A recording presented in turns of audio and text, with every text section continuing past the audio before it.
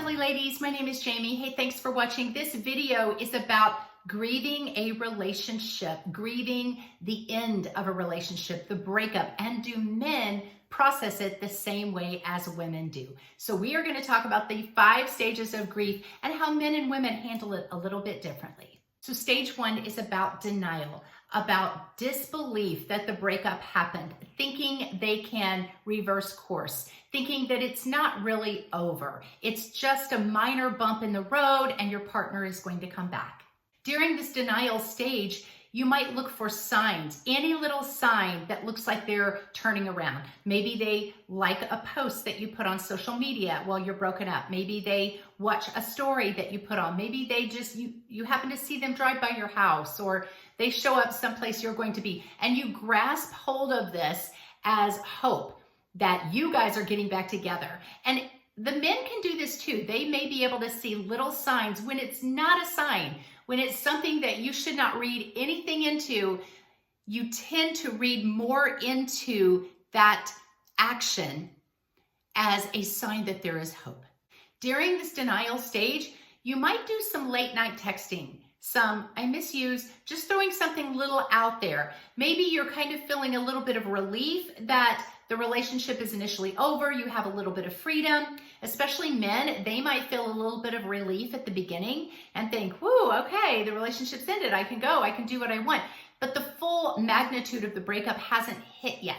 So in those late night moments, you might get a text from your ex, or you might be inclined to send a text to your ex that just says, I miss you, or thinking about you, or how are you doing?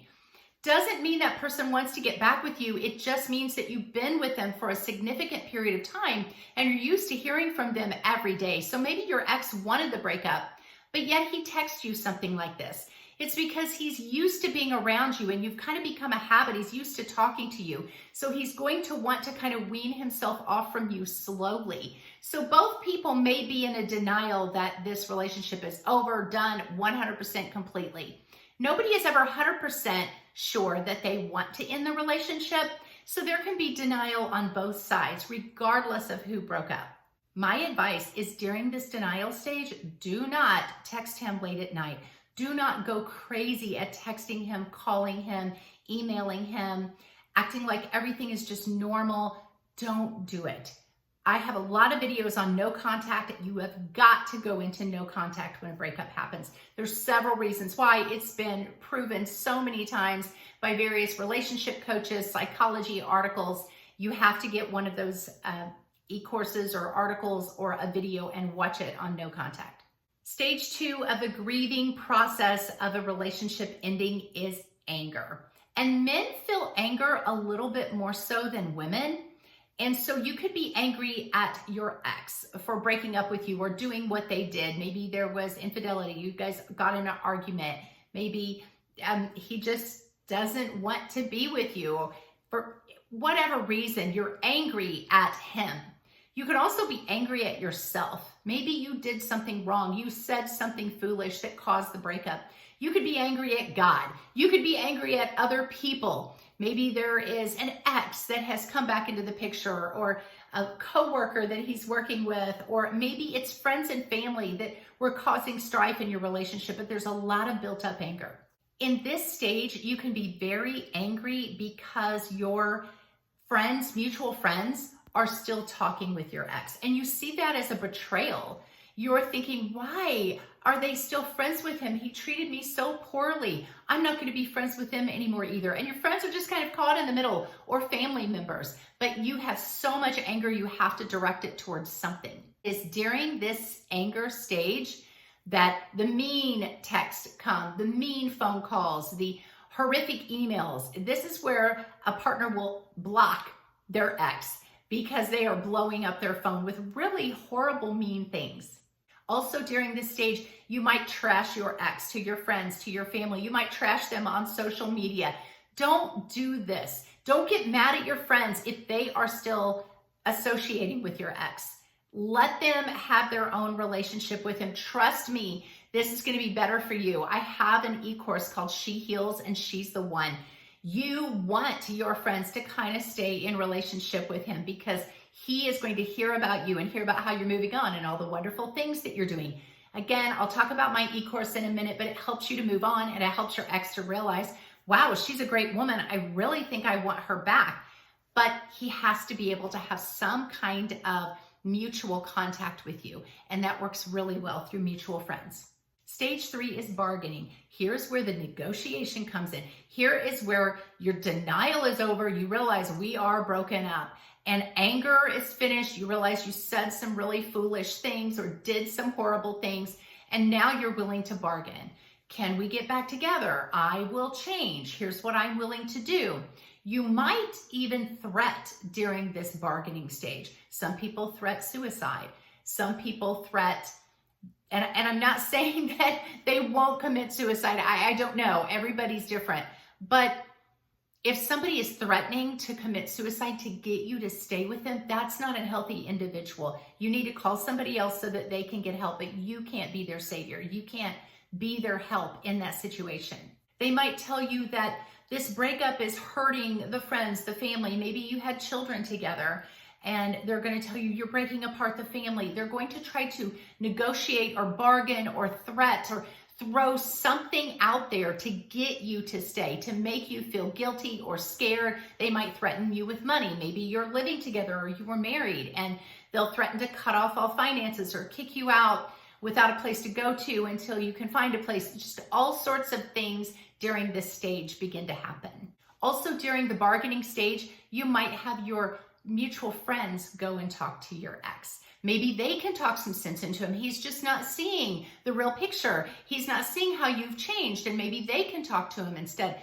Don't do any of this. Don't bargain. Don't threaten. Don't negotiate. Some people will bargain with God. God, if you will just put this relationship back together, I'll be better. I'll be good. I'll go to church. I'll pray more. I'll pay my tithes to the church, whatever. You are in this desperate situation of just trying to bargain this out somehow. It is just a stage. None of these are necessarily healthy stages. I get it that it's okay to be angry sometimes. And yes, you may want to change and tell your ex that you will change. But these are just stages. Just understand that you need to just be still, be calm, and let the phase pass. Step number 4 is depression. This is where you realize all your bargaining, your talking, your texting, everything you've done is not working and you've lost this person and you are just so sad. You might lose weight, you might gain weight, you might eat too much or eat too little, you might have trouble sleeping or you sleep in excess. When you are in the throes of a breakup, and this was a real relationship, this was a serious relationship, you really thought you guys were something, this stage of grief can feel very much as if somebody died because your relationship to this person is over and the future that you had with them appears dead to you. And so this can be a real painful stage. Just try to stay as calm as you can. Most people isolate themselves during this stage. They cry a lot. Understand it's just a phase. It will pass.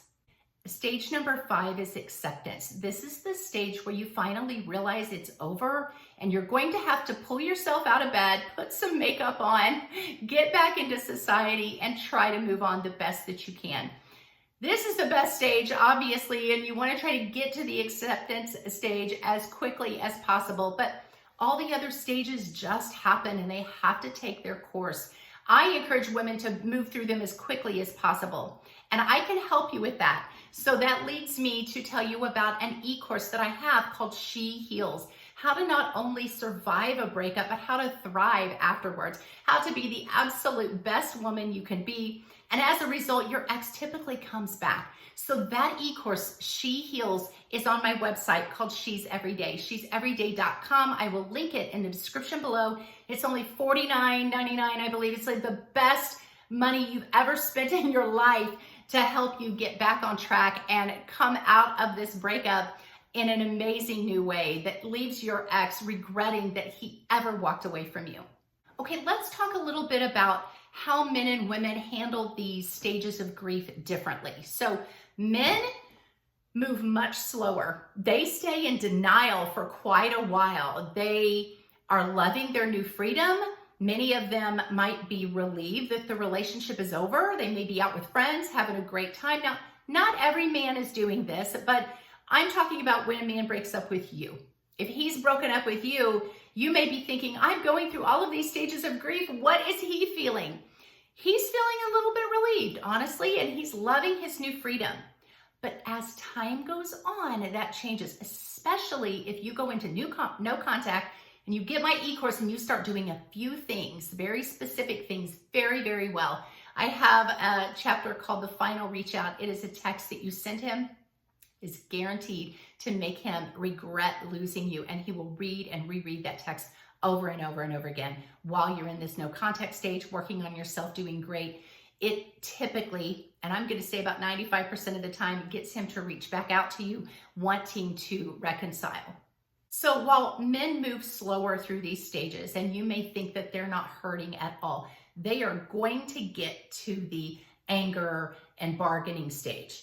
When they get to the anger stage, sometimes they want to take it out on you. They may say really horrible, mean things about you. They may take it out in the way of going out with other women, maybe somebody you know, somebody close to you. So they jump into this rebound relationship, and you might think, oh, they really care for that person. They're possibly could just be trying to hurt you. Men feel anger more than women. Women feel more emotional, distraught, and stress, and cry, and just so hurt, whereas men feel angry. So that anger might come out. Don't take it personal. Again, you have to get the eCourse, and it will tell you how to handle all their emotions. Men can also feel very humiliated, very insecure. They might lose confidence, especially if you broke up with them. But even if they broke up with you and you just move on, you say, oh gosh, okay, I really wanted this relationship and I really thought that we were going somewhere and I thought we might have a future, or at least I was wanting to find out if we were going to have a future. I guess not. That's okay. I'm going to go ahead and move on. When you handle it that way, again, there's more to it.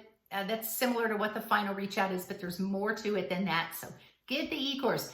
When you do that, he may now start going through this phase of, within this anger stage, he feels humiliated because now you act like you're done and you're kind of glad the breakup has happened as well. So he loses a lot of confidence in this stage. Men will also try to divert the pain. So when they get to the point of depression, they're going to try to divert it with drugs or alcohol, or they'll just work excessively, or they'll go out and date and party. They don't want to think about the pain because men don't talk about the pain of a breakup.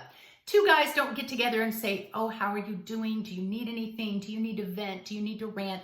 Men are going to act tough and they're going to act like they are fine that this breakup happened. Whereas women, we talk about it. We call all our friends. We might seek help, and we might ask a therapist or get a coach to help us deal with this. So we process these emotions much quicker. So women tend to heal much faster. Women tend to move on much faster. And I say that it appears that men are moving on really fast. They're really not. They're just stamping down the pain, stomping everything out, and just kind of covering it up. Whereas women, when they do move on, they really move on. Men sometimes don't really ever move on. They kind of live with a little bit of that humiliation and that pain for a long time. Men are more likely to want to reconcile. They are more likely to come back around and say, hey, can we work this out? Can we get back together? Can we talk? Whereas women, when they go through these stages very quickly, they're just done. By the time the guy is ready to work it out with them, they say, I'm sorry, and they've already moved on. So those are the stages of grief and how men and women handle it a little bit differently. But don't think for 1 second that your ex is doing just fine. If you were a good woman, if you were a high value woman, and I talk about that in my e-courses, he is going to go through these stages of grief. You may not ever know it, but trust me, I've been doing this for a while. I've been coaching people.